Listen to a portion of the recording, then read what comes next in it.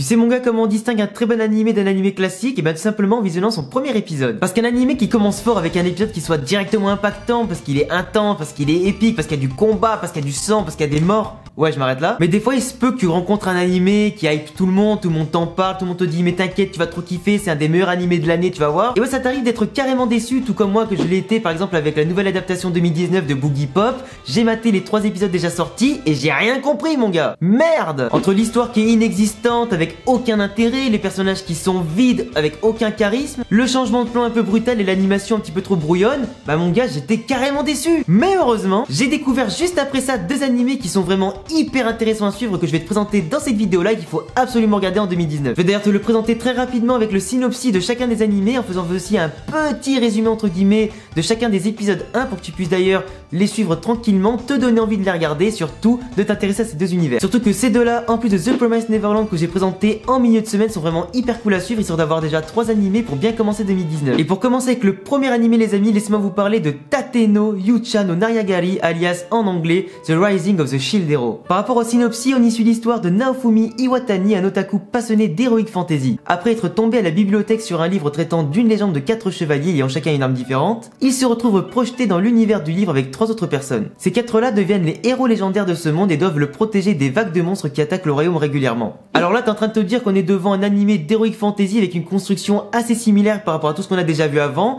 mais tu te trompes lourdement parce que le héros dès l'épisode 1 mon gars, il change totalement les codes de ce qu'on voit d'habitude et il est totalement dans la merde. Parce qu'en réalité, dans cet univers là, on va simplement suivre Naofumi, le héros principal de l'histoire, parce que les 3 autres héros, on s'en bat totalement la race. Ce sont 3 gros salauds prétentieux qui sont limite pas surpris d'arriver dans ce monde-là, qui réclament déjà des récompenses, la gloire et tout ce qui va avec. Sans avoir au passage jamais rien foutu ici. Ouais, c'est ce qu'on appelle aussi de gros connards. Comme le dit la légende, chaque héros possède sa propre arme légendaire, que ce soit un arc, une lance, une épée ou encore un bouclier, et malheureusement c'est Naofumi qui va hériter du bouclier. En devenant le héros au bouclier, il est clairement plus faible en apparence que les autres, et il va très vite être pris de haut par tout le royaume et les autres héros. Surtout qu'être le héros et bouclier, en plus d'être un petit peu sous-estimé par tout le monde, il va souffrir de quelques handicaps par rapport à l'univers dans lequel il va devoir intégrer ce monde. Parce que déjà, handicap numéro 1, il ne pourra plus jamais retirer ce bouclier de son bras, et de 2, il ne pourra plus jamais équiper une autre arme que son bouclier. Parce qu'en fait, si tu veux, cet univers-là représente vraiment une sorte de petit RPG où tous les héros qui viennent d'arriver forcément sont au niveau 1, donc forcément pour level up avec juste un bouclier pour attaquer les monstres sans trop leur faire de dégâts,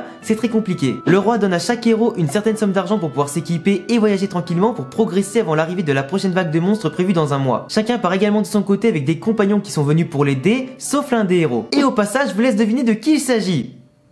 Ouais, t'as très bien compris. Naofumi se retrouve donc tout seul dans son aventure, ou presque, vu qu'une femme va décider au dernier moment de l'accompagner. Il va donc devoir payer son propre équipement, l'équipement de la meuf, et ensuite également s'entraîner un petit peu pour progresser et level up, avant de se faire arnaquer par cette même connasse qui va le dépouiller de son équipement et son argent pendant qu'il dort. Et cette meuf va même aller jusqu'à voir tous les héros, le roi lui-même et tous les soldats de la garde pour justement accuser Naofumi de viol, pour littéralement le foutre encore plus dans la merde. D'où le fait que le héros de l'histoire Naofumi sera rejeté par tout le royaume pour son crime, malgré du coup cette injustice parce qu'il n'a absolument rien fait, il n'y a absolument aucune preuve contre lui. Il va donc devoir lutter seul en voyageant tout seul avec forcément son bouclier pour se défendre, sans faire de dégâts aux monstres, donc du coup forcément de base il avait besoin des gens pour l'aider à level up. Il va donc devoir se débrouiller tout seul pour level up, progresser, devenir plus fort et surtout pour survivre. Mais comme tu l'auras deviné quand même, comme son bouclier est quand même une arme légendaire de base, elle renferme énormément de secrets qui vont pouvoir l'aider au fur et à mesure, ce qui va rendre la tâche de Naofumi encore plus intéressante. On a donc au passage un animé d'heroic fantasy, RPG, tout ce que tu veux, avec une histoire hyper intéressante, un personnage qui se retrouve dans cet univers là sans rien avoir demandé à personne,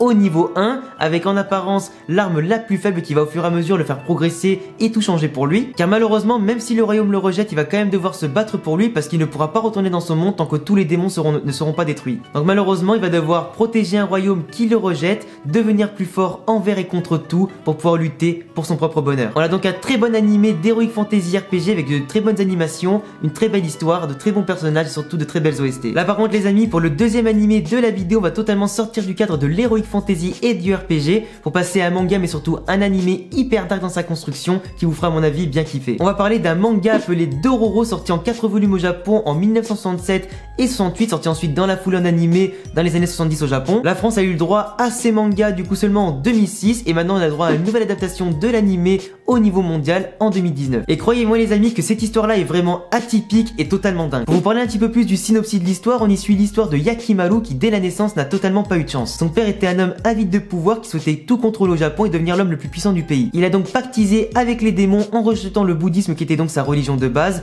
avant la naissance de Yakimaru, en offrant tout ce qu'il possède en échange pour avoir leur puissance et leur aide. Les démons ont donc tout pris à son père, que ce soit des vies dans le royaume mais surtout aussi le corps de son enfant à peine sorti de sa mère. Yakimaru est un bébé né sans peau, sans bras, ni jambes, ni yeux, une véritable horreur de la nature qui ne ressent rien, avec aucun sens ni capacité. Il est donc né sourd, aveugle, ne peut pas parler ni même pleurer. Parce qu'en réalité son père, en pactisant avec les démons, a invoqué 48 d'entre eux et offert du coup en échange les 48 parties du corps de son enfant. Bien évidemment son fils qui est né sans peau, vraiment comme si c'était une horreur de la nature, en tout cas l'animé retranscrit vraiment bien l'horreur que c'est. Son père a fini bien évidemment par l'abandonner, le rejeter et le laisser crever un petit peu plus loin dans la nature, avant que bien évidemment le dieu en tout cas ou du moins la vie rende justice à cet enfant qui est vraiment injuste au niveau de sa malédiction qu'il a touché dès sa naissance. Un médecin l'a recueilli, l'a élevé, l'a rendu plus fort, lui a permis un petit peu de se développer du coup grâce à des prothèses qu'il a créées spécialement pour son corps. Et même si le personnage est aveugle, sourd, même s'il possède aucun sens ni rien à proprement parler, il arrive en tout cas à détecter l'aura maléfique des démons, à détecter les malédictions pour en tout cas poursuivre sa quête pour retrouver son corps. Le but de ce personnage sera donc de parcourir le Japon à la recherche des 48 démons ayant pris les 48 parties de son corps pour les détruire un à un et récupérer petit à petit son corps, comme on le voit dans l'épisode 1 avec la peau de son visage qui revient à lui après avoir tué un démon. D'ailleurs au passage si tu te posais la question, l'animé et le manga s'appellent bien Dororo et non Yakimaru, parce qu'en réalité Dororo c'est le petit personnage, enfin en tout cas le petit garçon des rues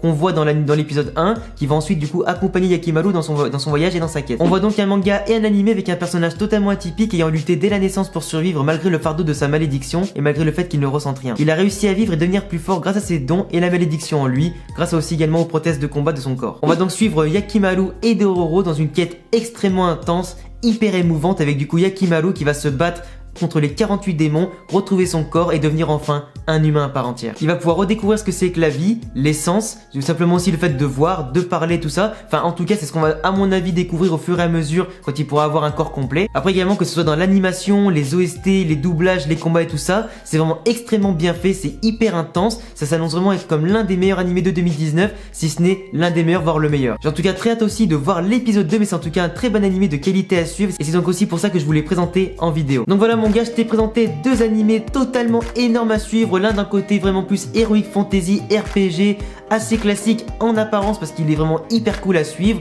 Le premier épisode fait 40 minutes et t'as déjà un lien dans la description. Il y aura également aussi dans la description un lien pour voir l'épisode 1 de Dororo qui est aussi extrêmement cool à suivre, bien qu'il soit beaucoup plus dark que le premier. Si ma vidéo t'a plu, si mon contenu en général te plaît sur les mangas, les animés, les jeux vidéo, tout ce que je propose en général sur la chaîne avec du contenu bien détente et tout ça, je te laisse t'abonner, me laisser un pouce bleu, cocher la cloche pour recevoir toutes les notifs de mes vidéos. T'as aussi tous mes réseaux en description pour me suivre sur les réseaux. Et à bientôt pour une prochaine vidéo. Ciao les gars!